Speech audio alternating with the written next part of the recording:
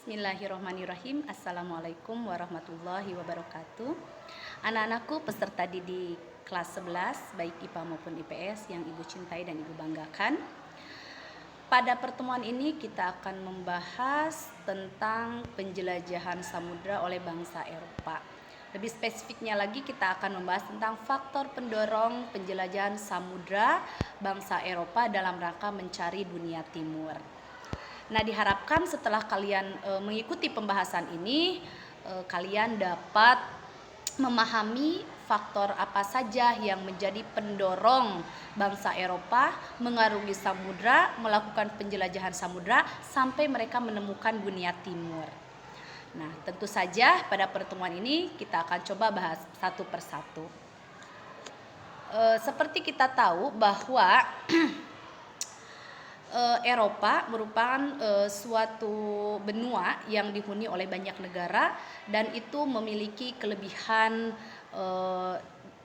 terutama dalam banyak hal. Nah, pada abad pertengahan bangsa Eropa pada akhirnya mau melakukan penjelajahan samudra untuk mencari dunia timur. Ada latar belakang, ada faktor-faktor yang mendorong kenapa bangsa Eropa melakukan penjelajahan samudra mencari dunia timur. Yang pertama adalah jatuhnya Konstantinopel ke tangan bangsa Turki Ottoman pada tahun 1453. Seperti kita tahu bahwa Eropa saat itu dikuasai oleh suatu kekuasaan yang maha besar, luas, dan kuat, yaitu di bawah kekuasaan Romawi. Nah,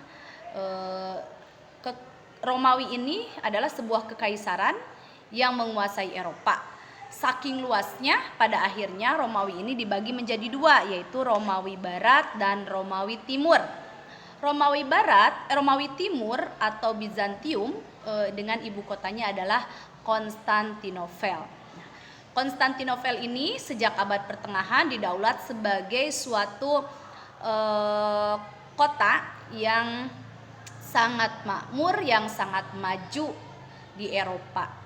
Nah, Konstantinopel juga terkenal sebagai suatu kota, suatu ibu kota yang kuat dalam pertahanannya. Tetapi menjelang tahun 1453, mau tidak mau Konstantinopel itu jatuh ke tangan bangsa Turki Ottoman di bawah pimpinan Al-Fatih, ya. Nah, dampak dari jatuhnya Konstantinopel ke tangan bangsa Turki Ottoman ini tentu saja sangat besar. Karena apa? Karena Konstantinopel pada saat itu bukannya sebagai sebuah ibu kota, tetapi di kota inilah banyak aktivitas dilakukan, termasuk perdagangan yang memperdagangkan rempah-rempah yang saat itu sangat dibutuhkan oleh masyarakat Eropa. Gitu ya. Jadi sejak saat itu, sejak jatuhnya Konstantinopel ke tangan bangsa Turki Ottoman, perdagangan yang dikuasai oleh umat Islam tentu saja ini menghambat bagi masyarakat Eropa, terutama dalam hal mendapatkan rempah-rempah, gitu ya. Selanjutnya, kedua adalah ingin mendapatkan rempah-rempah dalam jumlah yang banyak dan harga yang murah. Kita tahu bahwa rempah-rempah itu seperti tadi sudah dijelaskan, bagi masyarakat Eropa itu adalah sesuatu yang sangat penting. Sehingga ketika mereka tidak lagi mendapatkan rempah-rempah di Konstantinopel karena mereka tidak mau berhubungan dengan para pedagang Islam yang telah menguasai Konstantinopel saat itu, maka mereka punya tekad dan keinginan untuk mencari daerah baru sebagai daerah sumber rempah-rempah yang dapat memberikan rempah-rempah dalam jumlah yang banyak dan harga yang murah. Selanjutnya yang ketiga adalah kemajuan di bidang iptek yang mendukung perkapalan seperti ditemukannya kompas. Jadi kenapa orang-orang Eropa itu berani, bersemangat untuk mengarungi samudra? Karena teknologi perkapalan mereka semakin maju, apalagi setelah ditemukannya kompas sebagai penunjuk arah bagi perjalanan mereka. Kemudian mereka juga didorong oleh prinsip 3G, yaitu Gold, Gospel, Glory. Gold, Glory, Gospel. Nah, gold itu adalah kekayaan berupa logam mulia emas. Jadi pada saat itu mereka berlayar untuk memperoleh kekayaan berupa emas. Kenapa emas? Karena di Eropa pada saat itu standar kaya tidaknya suatu negara, makmur tidaknya suatu negara itu tergantung kepada seberapa banyak emas yang dimiliki oleh negara tersebut. Sehingga mereka berlomba-lomba untuk menumpuk kekayaan berupa logam mulia emas. Berikutnya ada glory. Glory itu kejayaan. Jadi mereka berharap dengan mengarungi samudra mereka akan menemukan wilayah baru dan di sanalah mereka akan menancapkan akar kekuasaan kemudian membentuk suatu kejayaan bagi bangsa mereka. Mereka melakukan penguasaan terhadap bangsa yang mereka temui. Dan yang ketiga itu adalah gospel. Gospel ini adalah berupa misi agama atau misi agama terutama dalam hal menyebarkan agama Nasrani dan Kristen gitu ya. Yang kelima, adanya keinginan untuk membuktikan teori Copernicus. Jadi teori Copernicus itu adalah teori yang menyatakan bumi berbentuk bulat.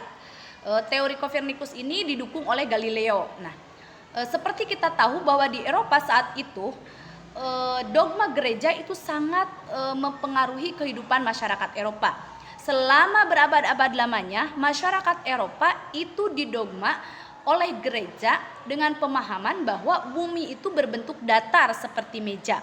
Sehingga ketika teori ini muncul, tentu saja ini bertentangan dengan dogma yang dikeluarkan oleh gereja, pemahaman yang dikeluarkan oleh gereja. Oleh karena itu, Copernicus kemudian ditangkap dan dijatuhi hukuman mati. Tetapi teori ini tidak diabaikan begitu saja oleh masyarakat Eropa. Justru dengan kondisi tersebut mereka semakin penasaran dan akhirnya mereka mau membuktikan kebenaran teori Copernicus tersebut. Dan yang terakhir, yang keenam, yang menjadi faktor penyemangat bangsa Eropa untuk melakukan penjelajahan ke dunia timur adalah semangat Reconquista. Jadi Reconquista itu adalah semangat balas dendam. Selama abad pertengahan kita tahu bahwa ada hubungan yang tidak harmonis antara Islam dengan Nasrani, dengan Kristen. Mereka sudah terlibat sangat lama dalam peperangan, yaitu perang salib. Dan di dalam kesemua peperangan itu umat Nasrani, umat Kristen ini selalu mengalami kekalahan. Sehingga mereka bersumpah, mereka punya dendam tersendiri untuk melakukan penyebaran agama mereka dimanapun mereka berada dan menumpas kekuasaan Islam dimanapun berada. Mungkin itu yang ingin Ibu sampaikan. Semoga bermanfaat. Kalian adalah generasi cerdas yang insya Allah mudah-mudahan bisa menangkap materi ini dengan baik. Assalamualaikum warahmatullahi wabarakatuh.